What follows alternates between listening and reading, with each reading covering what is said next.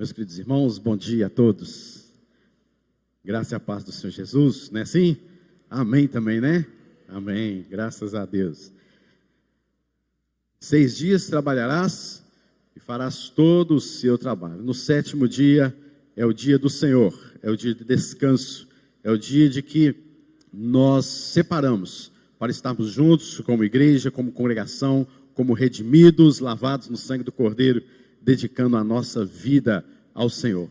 Por isso, esse é o dia que o Senhor fez, portanto, alegramo-nos e nos regozijamos nele. Amém? Meus irmãos, nós estamos no mês de agosto. O mês de agosto é um mês em que lembramos, dentro da Igreja Presbiteriana do Brasil, o mês das missões.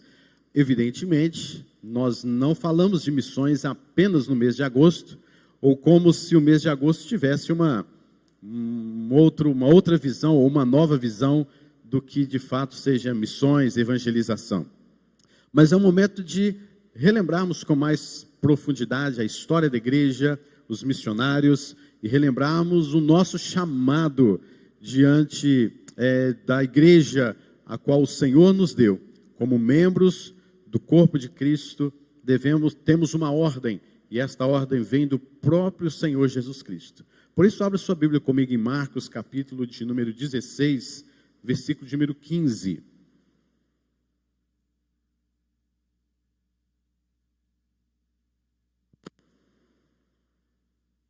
Marcos 16, 15. Nos diz assim a palavra do Senhor.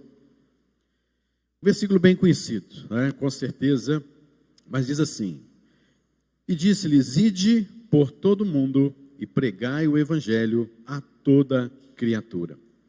Ide por todo o mundo e pregai o evangelho a toda criatura. Senhor, fale conosco nesta manhã, que possamos obedecer de fato ao seu chamado, não apenas relembrando isso no mês de agosto, ó Deus, evidentemente, mas cada dia mais e mais, possamos estar, ó Deus, cientes do chamado do Senhor, da ordem do Senhor para as nossas vidas, como membros da igreja do Senhor, como chamados e regenerados. Por isso, o Senhor nos abençoe, para que possamos tomar nota disso, obedecer ao Senhor, e como vem uma ordem do nosso Senhor, que possamos ser submissos à Tua palavra, em nome de Jesus. Amém. Ide por todo mundo, pregar o evangelho a toda a criatura. Meus irmãos, eu tenho algumas perguntas a fazer a partir deste versículo. E gostaria que os irmãos respondessem para com vocês mesmos, né? E que nós possamos juntos pensar também em algumas respostas, que você possa refletir ao término deste sermão, desta exposição também, sobre essas perguntas e sobre as suas respostas também para estas perguntas. O texto fala: Ide por todo mundo e pregai o evangelho a toda criatura. E eu quero começar essa pergunta, na verdade, de trás para frente deste versículo. Pregai o evangelho a toda criatura. A primeira pergunta é: por que toda criatura? Por que toda criatura? Meus irmãos, a palavra de Deus nos fala que todos pecaram e carecem da glória de Deus. Todos pecaram. A pessoa que nasceu há vários e milhares de anos atrás, ela nasceu em pecado. E todo homem é condenado ao inferno. O homem, nós podemos perceber na palavra de Deus que ele não tem por si só nenhuma força, nenhuma motivação em fazer o bem que há de lhe proporcionar a sua salvação eterna. O homem até pode fazer algum bem e faz, mas qualquer bem que ele faça não é suficiente para alcançar a salvação de Deus sobre a sua vida. E todo o bem que ele faz, na verdade, também já é manchado pelo pecado.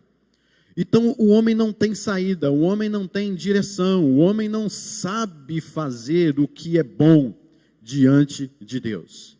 Esta noção a gente tem que ter, senão nós não entenderemos também o projeto, a ordem de Deus para a evangelização e para missões.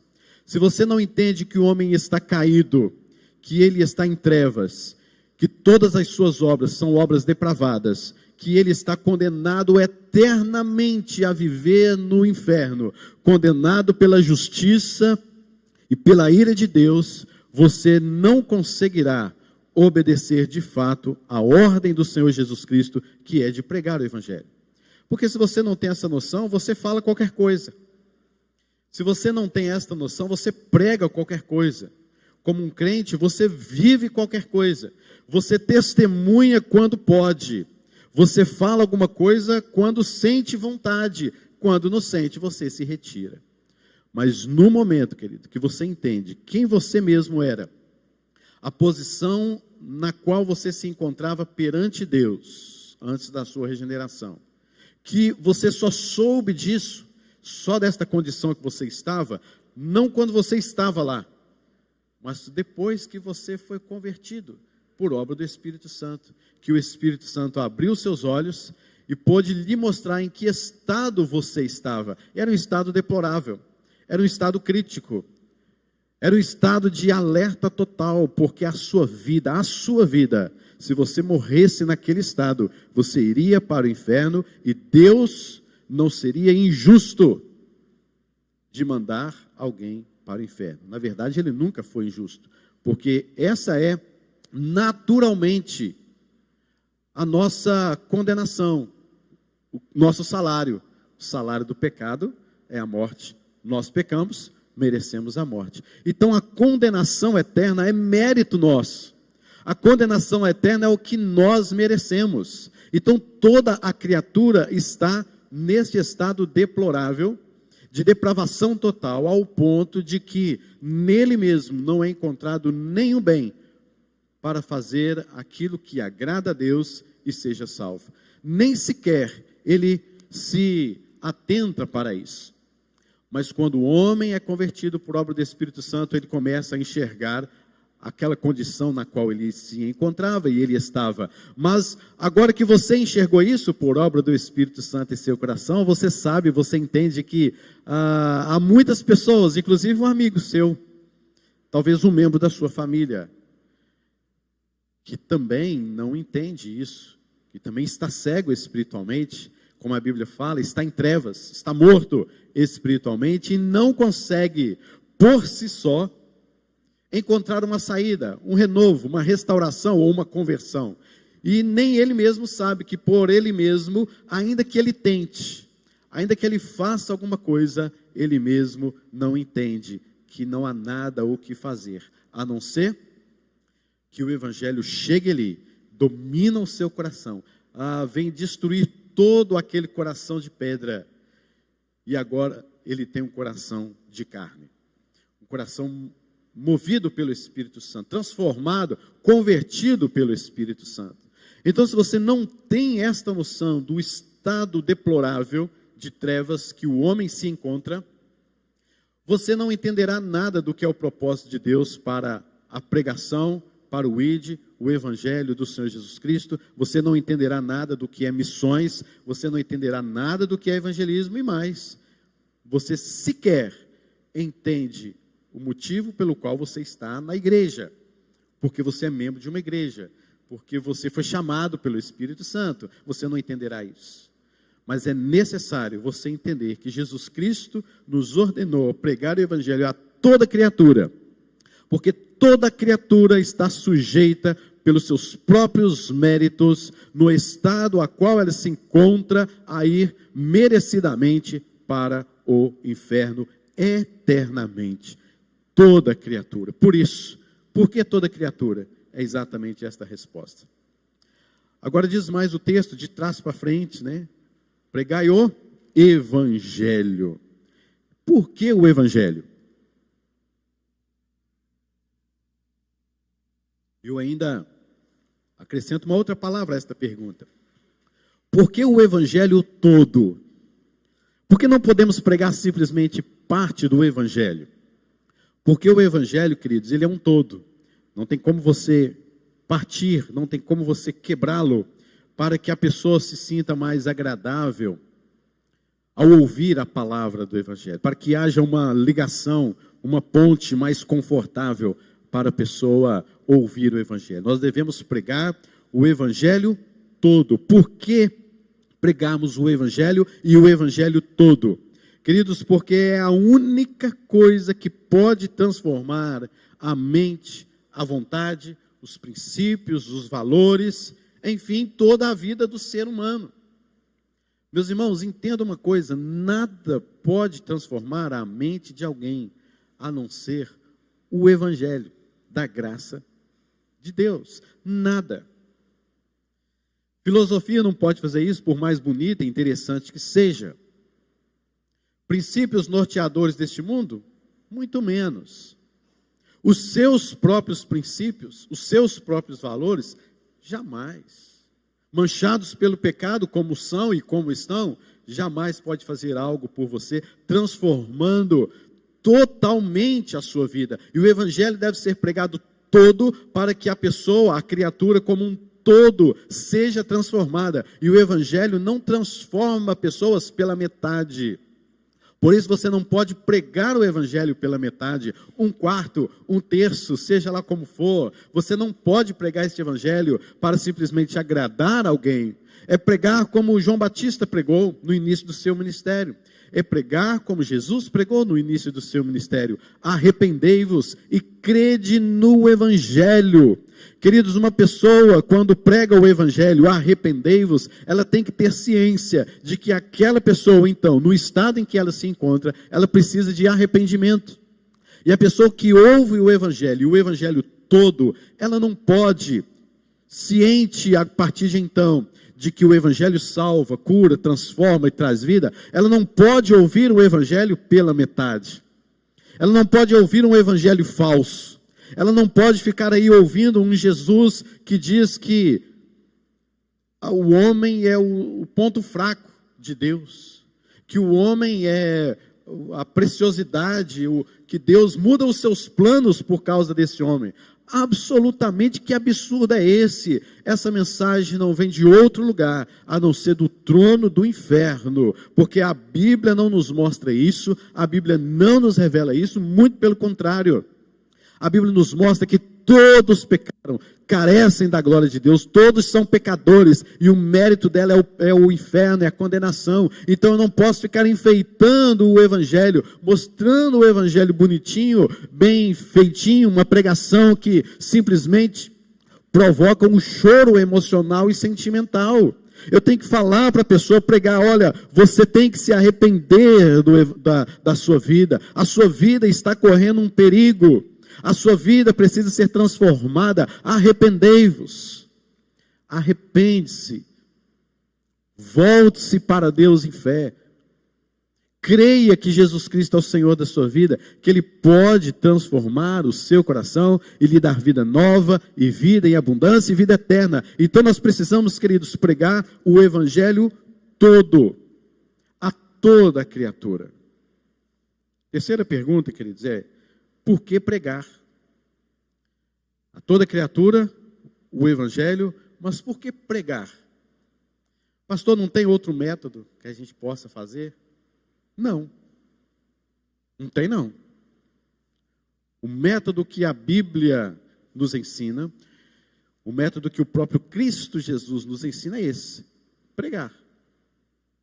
Ide por todo mundo, pregai o Evangelho, é o ensino do Senhor Jesus Cristo.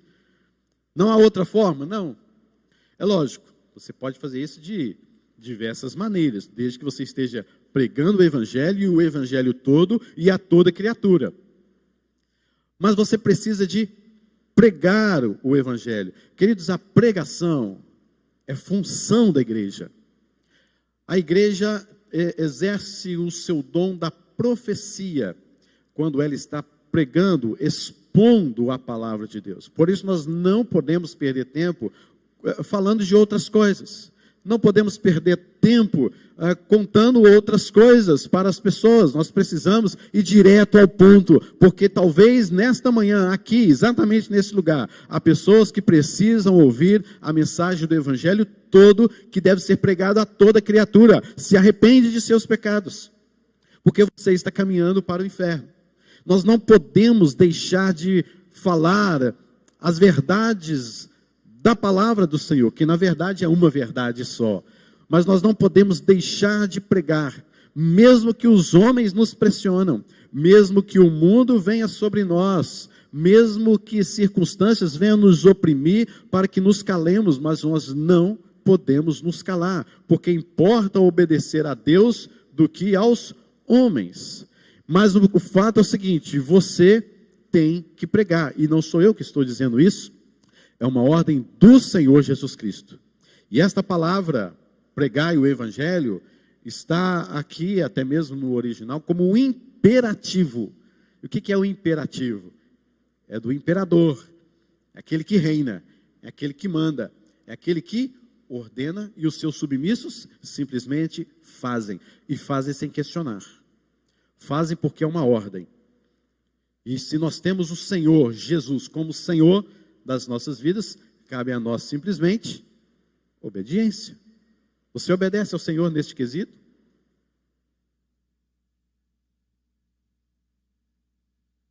Meus irmãos, veja só, eu sou às vezes meio chato com algumas coisas que eu ouço assim, frases prontas, que parecem ser bonitas, mas não são bíblicas. Eu já ouvi várias vezes algumas frases sendo ditas, e eu não vou pelo autor que falou, pelo teólogo, pelo pastor renomado que falou, eu vou pela Bíblia.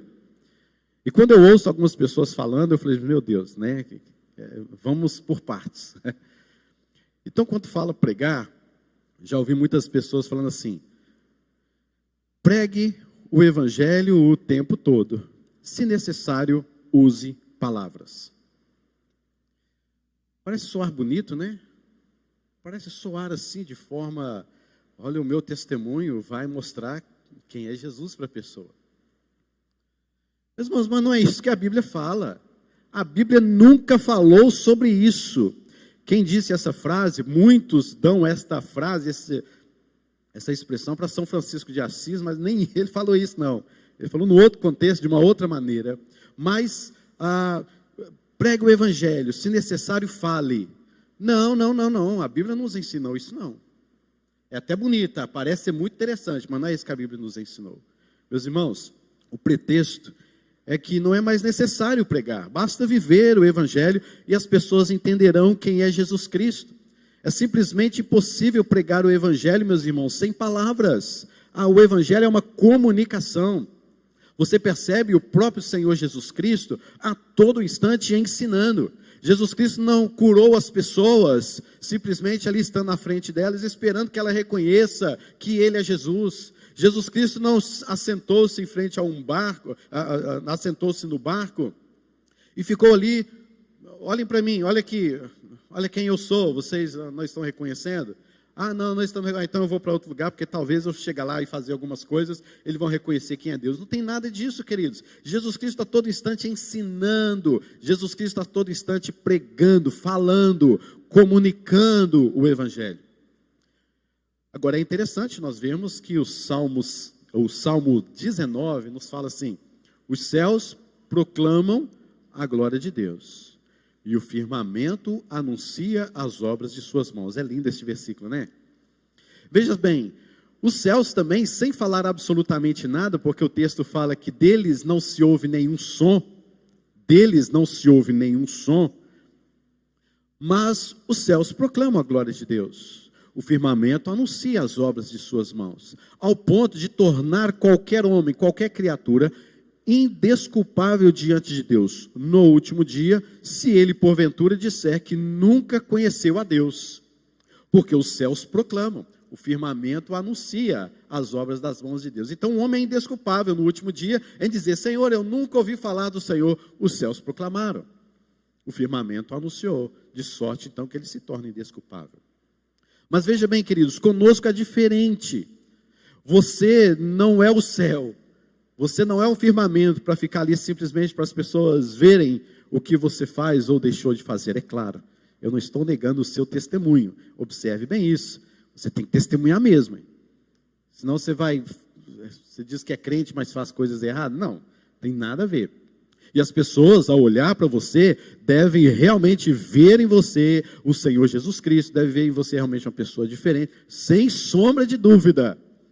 Mas no que tange à pregação, os céus, por mais que proclamam a glória de Deus, e o firmamento anuncia as obras das mãos do Senhor, contudo, estas coisas, o céu e o firmamento, e a mensagem que eles transmitem, não são suficientes para dar aquele conhecimento de Deus acerca da salvação em Jesus. Então, quando a pessoa olha para mim, ela vê Deus em mim, e deve ver mesmo, mas o meu testemunho não é suficiente para trazer aquele conhecimento necessário para a salvação daquela pessoa que está caminhando para o inferno.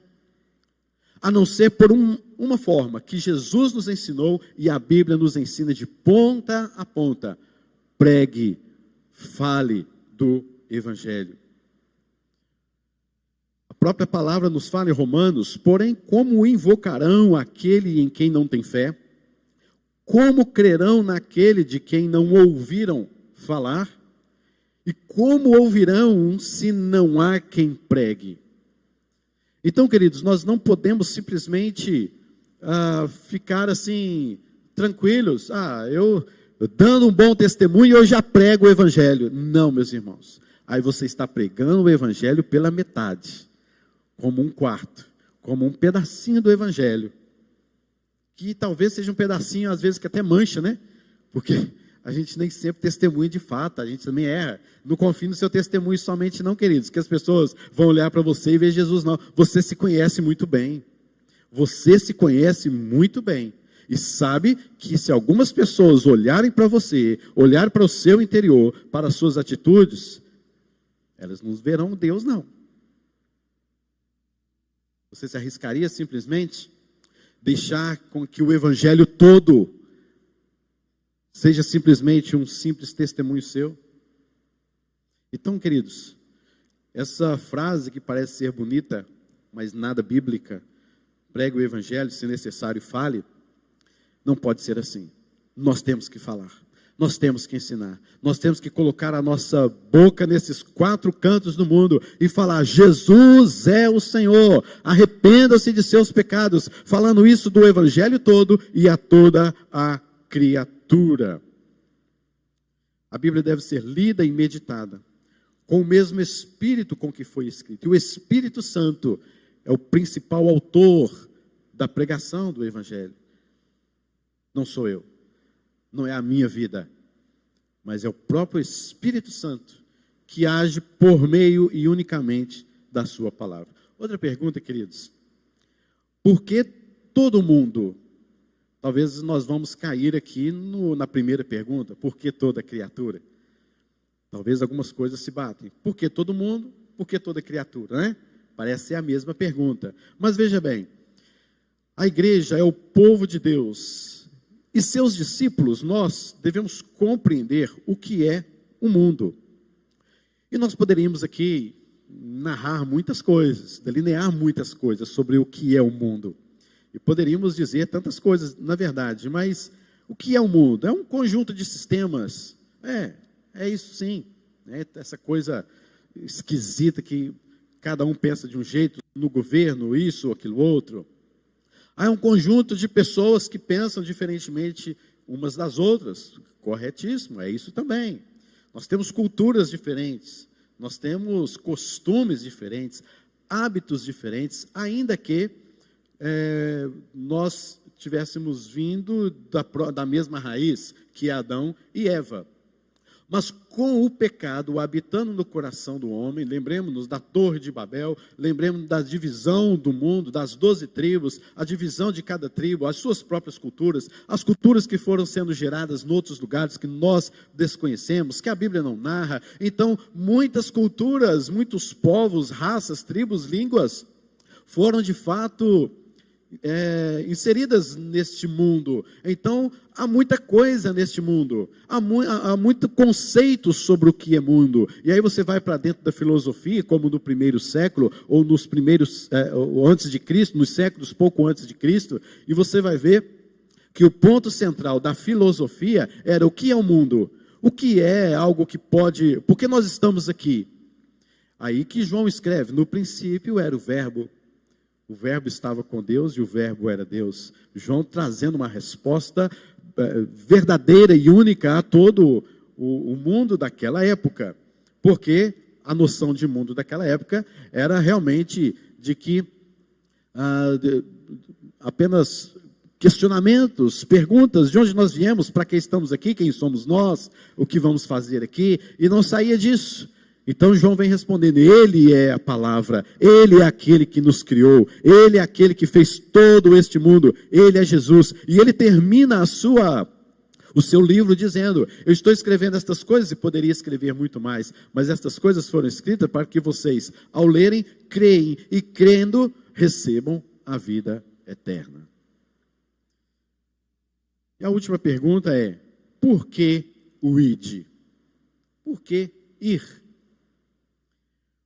Porque nós vamos para tudo quanto é lugar, não é? Nós saímos de manhã, nós voltamos à tarde, acontece imprevisto, você tem que voltar de novo. A vida é uma dinâmica. E você se encontra com pessoas, você se encontra com essas criaturas em todo lugar, a todo instante. Então a vida é esse dinamismo. Então quando Jesus Cristo ide, ele está falando, você vai ali, prega o evangelho, você vai acolá, prega o evangelho. Então esse ide, na verdade, também não deixa de ser uma ordem. Não deixa de ser uma ordem. Mas ele está no sentido de que, por onde você for, testemunhe, pregue, fale do evangelho a alguém. Ninguém sai, por exemplo, da sua casa para fazer qualquer coisa sem antes se preparar, saber para onde está indo, né? A não ser que seja uma pessoa meio assim, atrapalhada, né? Que fala, onde é que você está indo? Não sei, estou andando por aí, né? Vai fazer o quê? Não, também não sei não. O que arrumar para fazer, eu faço, né? Ninguém é tresloucado assim. Talvez alguns podem fazer isso. Mas o fato é que nesse dinamismo da vida, que você sai, que você chega, que você tem que sair de novo, que você acha que agora vai descansar, mas você tem que se arrumar novamente para sair. Nesse dinamismo do ide, aproveite, prega, testemunhe de alguma forma a alguém, peça a Deus para que você testemunhe a alguém. Para isso tem que haver disposição. Meus irmãos, para irmos pregar o evangelho, tem que haver a convicção de que o evangelho salva. Tem que haver a noção de que é mais do que encontrarmos simplesmente na igreja. É mais do que planejamentos. É mais do que fazermos eventos. É mais do que fazermos coisas bonitas. Pregar o evangelho é no momento que a gente vai. E a gente vai e prega. E a gente vai de novo aqui. A gente vai e prega de novo. Faça um encontro na sua casa, abra as portas para os seus vizinhos, deixe uma mensagem para alguém. Olha a comunicação que nós temos hoje. Se o evangelho é falar, você tem muitos instrumentos hoje para falar, muitas coisas hoje para falar. Mas por que o ide? Porque Jesus Cristo nos disse, ide.